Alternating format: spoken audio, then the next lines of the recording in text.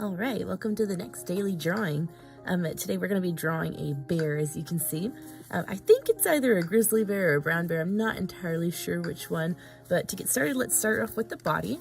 So I noticed that the body is kind of like a really massive, kind of a rectangle shape. So I'm going to very lightly start with sketching out a kind of a rough rectangle. Not worried about making it too accurate. It's okay if it's not straight. It'll actually be a lot better if it's not. Keep it kind of round and soft on the edges. And then the next thing I would draw is the head. I noticed that the head is very round. It does have a muzzle and stuff, but we'll draw that later. So I would start with the roundness of the head, and if I'm looking at the body, it kind of slightly overlaps where the body is, but not very much. And it's kind of like on the side-ish corner of the head, so it's not like above the body, it's like even with the body. So I would draw somewhere in this area, kind of an ovally, circly shape that's not too big but not too small. If I measure the head, I should be able to fit about 2 before I get to the end of the body if I go like this. So if I measure that, 1, 2, it's close enough. If it ends up being a little too big or small, that's fine. If it's a little bigger, it'll make it look younger. If it's a little smaller, it'll make it look a little older. Just don't do it super, super tiny, okay? All right, so I have my head, my body. Now for my neck, what I'm just gonna do is I'm just gonna do a line connecting it to the body. This is just going to be kind of a straight line. There is a lump here, but I'm going to add that when I add the leg, so I'm going to ignore that for now. And then for the bottom of the head, same thing as always, just kind of the jaw connects to the bottom of the sternum, or the bottom of the body. I'm just doing that with kind of like a little smiley face line.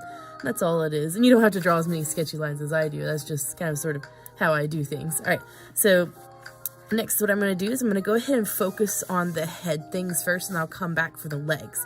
So the first thing I notice about the head is that it does have a muzzle.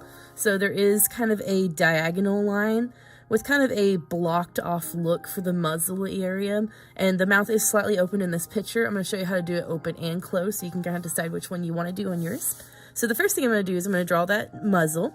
So I noticed that it's about halfway-ish down the head. So I'm going to find about my halfway mark, not on the outside of the head, a little bit more on the inside of the head is where I'm going to start, but not like really far in. So I'm going to start with a very small diagonal line, just to draw the direction the muzzle's going. Very important, make sure that you go past the head just a little bit. Don't make it even with the head so that it actually looks like it's sticking out of the body area. All right, so I have my muzzle drawn out, and then what I want to do is I want to draw the mouth part going back in. So if it helps, you can just draw like kind of an ovally shape right here, but just to make it a little simpler, I'm just going to draw the shape that I see here.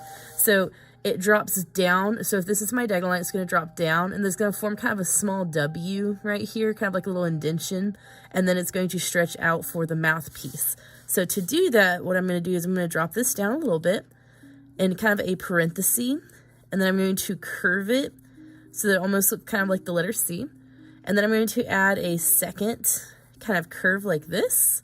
I'm not going to exaggerate it all the way up to this one though, because what I want to do is I actually want to draw this and stretch it out until it touches the head a little bit, and that's going to be my mouth line. The reason we're making this kind of a W look is that they have kind of like their upper jaw, like the lips are a little bit longer, so they kind of hang over a little bit. You see this sometimes in different like breeds of dogs and stuff as well, but bears do have those kind of slightly floppy lips.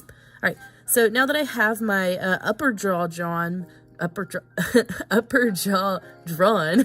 what I would want to do is I'd want to go ahead and do the lower jaw. So I'm going to show you closed mouth first. So if you want to do a closed mouth, what I would just do is start on this lip right here, and then you're just going to draw a smiley face that connects it to the head. As soon as you touch the head, you want to stop, because that's where the jaw is going to be kind of like fused to the skull there, or well, floppy flop anyway. All right, so that's if you want a closed mouth. If you want the mouth open, kind of similar to it is in this picture though, what I would suggest doing is that you're going to first draw a little bit further in, so not even with this kind of cheeky flop thing, kind of more in the center area.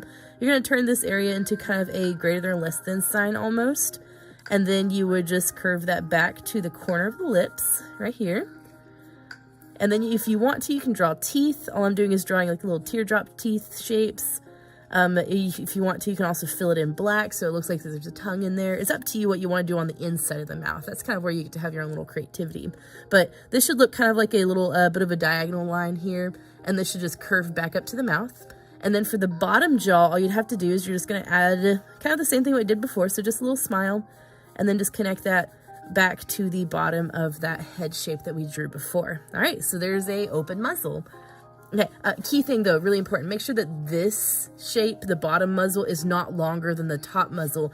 If your bottom muzzle ends up being longer than the top muzzle, it's gonna look really weird, so be careful not to do that, okay? All right, now for the nose, an easy way to do that is we're just gonna draw a frowny face on the top, like this. And then what you can do for the bottom of the nose is draw 2 parentheses, one going in this direction and one going in the opposite direction. That gives you kind of a bear-shaped nose to where they're kind of like a squishy triangle. And then a small detail that you can add on the inside is add 2 little smiley faces on opposite sides and a line down the middle. This is a really great thing to add for like just the texture of the nose, or the kind of like how the nose is folded. All right, so that I'm just gonna leave as my nose. You could add more details, but for now I think that's fine. All right, so what I do want to go ahead and do on the head though is I want to go ahead and do the ears. So the ears are going to be on the opposite side of the skull. So I'm just going to follow that line up here until I get almost to the top of the head. And then I'm just going to very lightly draw a circle shape just so that I know where to put my ear. And then after I have kind of sort of the location that I want my ear to be in, I'm going to start at the top of the circle. I'm going to do a small frown. It's okay if it goes outside the body. And I'm going to frown it to the opposite side of the circle. That way I get a slightly longer ovally shape here. And then on this particular picture, I do see the interior of the bear's ear. So I'm going to start at the bottom of this light circle that I drew first.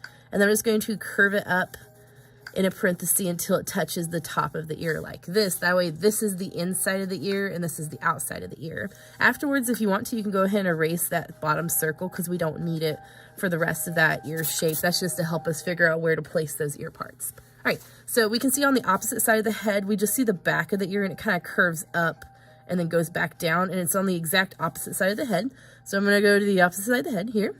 And then I'm just going to draw a parenthesis coming out, not too long, otherwise you're going to get a rabbit ear. So just a small parenthesis going out and then following it up with kind of a opposite parenthesis. So it's kind of like a smiley. This is like a parenthesis here. Make sure it's not too big, not too small. If it looks weird, you might want to change it. So kind of go at your own discretion. All right, so then I can keep this head pretty similar, just going back down. So now I have my ears. So as always with our other drawings, you know that after you have your nose and your ear, it makes it a lot easier to find where your eye goes. So usually the eye is on the outside of the muzzle and it's going to be in between the edge of the nose and the ear. So if this right here is where my muzzle's at, if I connect with a kind of a frown, my upper jaw with my lower jaw, that tells me that that's the location of my muzzle. So that's going to be where the edge of the eye is going to start. And then we can tell the location on the inside of the face is it's going to be in between the nose and the ear. So if I go across from the nose and the ear, which you don't have to draw this line if you don't want to, I just draw it to help me place my eyes.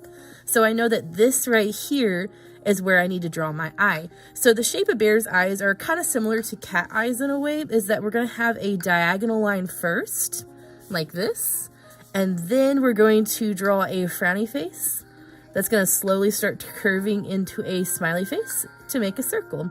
So we just have kind of like a downward slope and then a little circly area. And surprisingly, bears' eyes are actually really tiny compared to their heads, but if you want to do more of a cartoony eye, feel free to make it bigger. All right, so opposite side of the muzzle. I do want to keep this part of the muzzle, but I want to kind of transition it into the eye by curving it with a frown, like this, and then curving it back up with a smile. So it's kind of like you're using the muzzle as that diagonal line to kind of help you draw that other eye. And we add our little highlights. So here I have my bear's eyes. I'm going to leave this smooth for now. We're going to come back and add some textures to it later though. That way if you want to make a more of a polar bear thing, you can make it more of a polar bear thing if you want. All right, so now we're moving on to the legs since I've got my head done. So the first thing I noticed is that I have this kind of like a fatty lump on the back. So what I want to do for that is I'm going to start on the top of the head right there above the ear. And then I'm going to add a frowny face like this. And then I'm just going to touch it back to the body. And some bears will have a more dramatic one, some won't hardly have it at all, so it kind of depends on what species of bear that you're drawing. But for this particular bear that we're looking at, we've got a pretty good sized lump here. All right, now that's just kind of like a thing that goes above the shoulders. So here we can actually see the back of the shoulders going all the way down to the ground. It's actually pretty smooth, so we're actually not going to draw a shape for the legs. We're just going to go straight into drawing the legs themselves, which is weird for me, but it's gonna work. It's gonna work. All right, so key thing though, note that the size is this right here is the belly.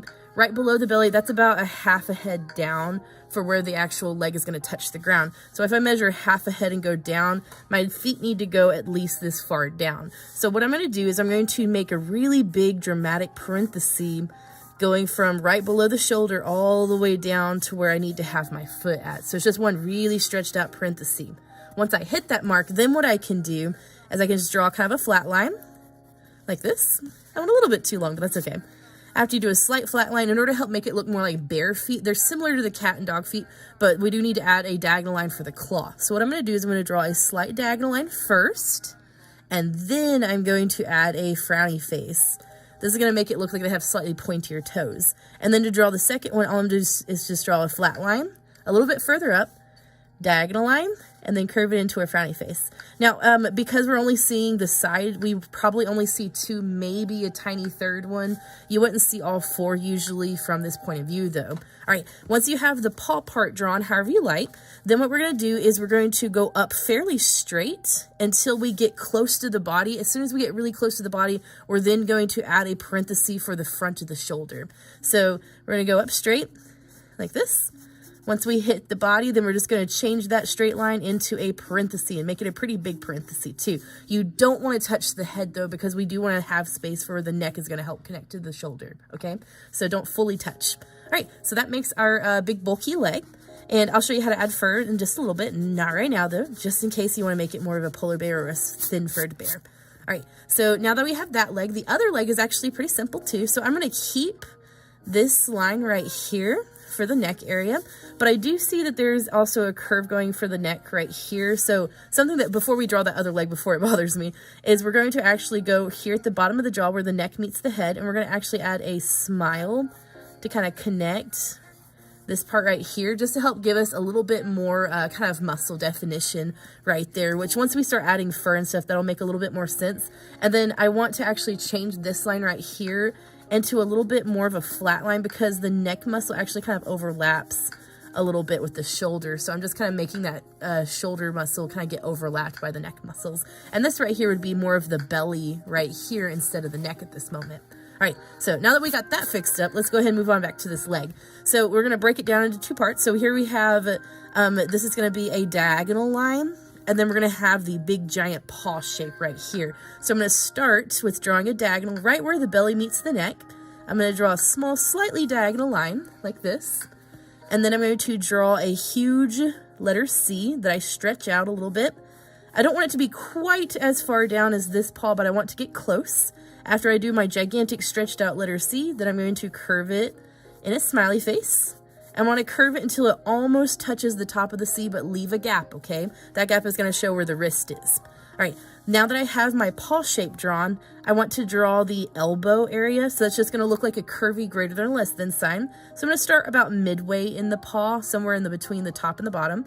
And then I'm going to first draw kind of a slight diagonal line out. And then once I get closer to the body, I'm just going to curve it and then go up kind of straight in order to connect it back to the body. If you feel like it needs to be wider, feel free to make it bigger. If it needs to be smaller, feel free to make it smaller. But remember, because bears are really big, like muscly wise, I wouldn't make it too skinny, otherwise they wouldn't be able to support their massive weights. All right, so in order to make this feel more like a paw, an easy way to do this from this point of view, because this point of view is gonna look different, is I would start with a straight line in the middle. Now we have 2 toes, and then in order to get those 4 toes, is I would draw a parenthesis going in this direction on this side, and then go the opposite way on the other side, and that'll help break it up into 4 toes. And then if you wanted to add claws, you can, but I'm going to leave it smooth for now. All right, so here's my front of the body. Now I'm going to do the back of the body, which is pretty simple. So to do that, all I'm going to do is I'm going to start with the interior of the leg, since I already know where the back of the leg is going to go about. So to do that, what I'm going to do is I'm going to leave a gap between the shoulder and the back leg so that I have space for a belly. So right about here-ish, I might need to make my body a little bit bigger, but I'll come back to that, is I'm going to draw a really big dramatic parenthesis, just like I did on this one, but facing the opposite way. And it needs to go all the way down until it gets across from where this foot's at. So I'm going to start right about here. So there's a gap. And I'm just going to do a really dramatic parenthesis until it gets almost to that line. Remember, you want to leave space for the actual foot. So dramatic parenthesis. And then once you get to the bottom of that dramatic parenthesis, that's where you're going to repeat the same foot technique that we did before. So you can do it in reverse as well. So it'd be, if you're doing it in reverse, it'd be kind of like a frowny face that then changes into a diagonal line. So it's kind of like you're dropping it down in a frown and extending it. And then we just draw a flat line. And then you would just repeat the same process. So slight frown, diagonal line, flat line. And then if I wanted to see maybe one more toe, I could repeat that just very small again. So now I have my 3 toes because I'm looking at it from the side. And then very important, make sure that you stretch the bottom of the foot longer than this part. You don't want the bottom of the foot ending right here because otherwise that foot would be too skinny on the bottom. So make sure you stretch it out a decent amount past this part.